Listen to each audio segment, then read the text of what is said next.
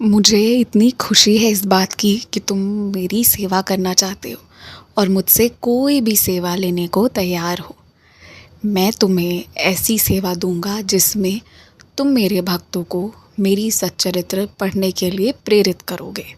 तुम्हारे माध्यम से मेरे कई सारे भक्त मेरी सच्चरित्र के निकट आएंगे, उनके जीवन में भाग्योदय होगा और तुम्हें भी उसका शुभ फल, उसका पुण्य मिलेगा।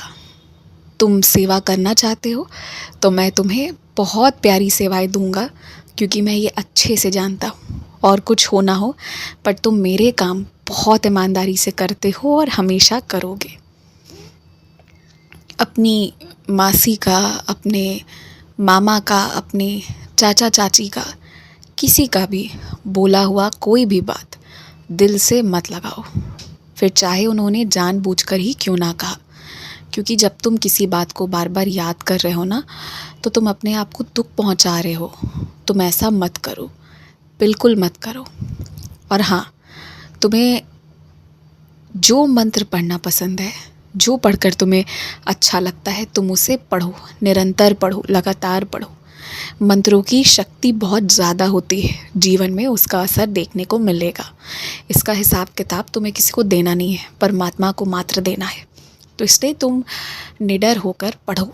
जो चीज़ें तुम्हारे लिए उचित होंगी, तुम उस उद्देश्य तक पूर्णता पहुँचोगे, और जो चीज़ें उचित नहीं होंगी, वहाँ खुद ब खुद विराम लग जाएगा, जो तुम खुद समझ जाओगे आने वाले समय में।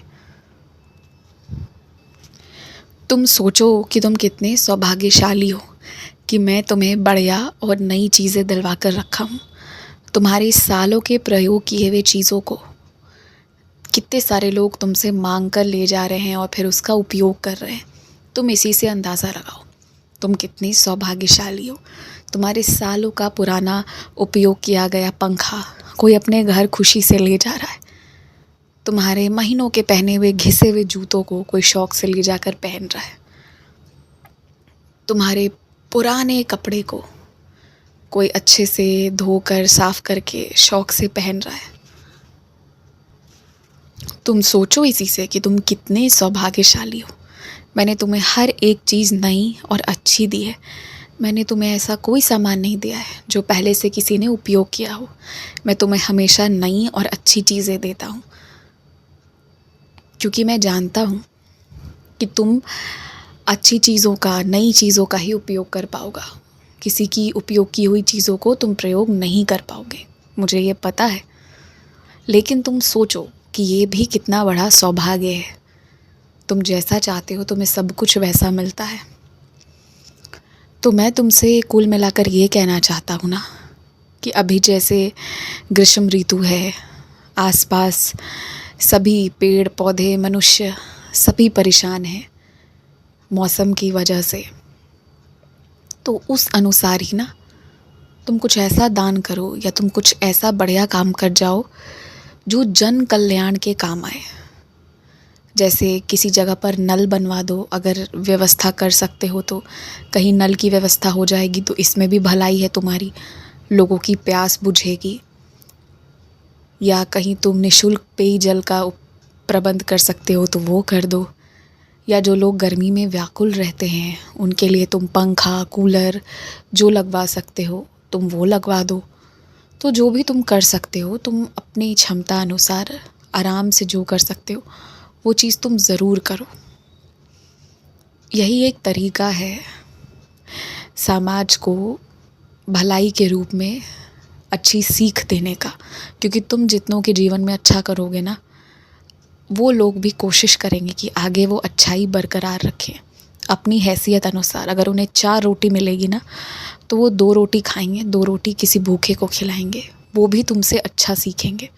इसी के लिए मैं तुमसे कहता हूँ कि अच्छा करो और अच्छा करने से मत कतराओ। तुम्हारी अच्छाई से लोगों ने पहले भी बहुत चीज़ें सीखी हैं। पर हाँ, एक बात मैं तुम्हें कहना चाहता हूँ, किसी को भी तुम कभी मीठे बिस्किट, कभी मैदे वाला ब्रेड, कभी टॉफ़ी, कभी कोल्ड ड्रिंक, ये सारी चीज़ें देते हो ना, ये सब मत दो। इसकी बजाय उस व्यक्ति को 1 महीने भर का राशन दे जाओ। सर में लगाने वाला तेल से लेकर खाना पकाने का मसाला से लेकर चावल आटा ये सब दे जाओ। जब ऐसा आचरण करोगे, जब ये सारी चीज़ें दे जाओगे ना, तो ये ज़्यादा अच्छा होगा। सामने वाले की भूख मिटेगी, तो ये ज़्यादा लाभ देगा तुम्हें। जब तुम किसी के लिए कर ही रहे हो तो अपनी तरफ से अच्छी चीज़ों में ही खर्च करो, ख़राब चीज़ों में खर्च करना बंद कर दो। और हाँ, अब तक तुमने फलों से सजी हुई टोकरी नहीं चढ़ाई है मुझे, पर मैं तुम्हारा बड़ा काम करवा रहा हूँ।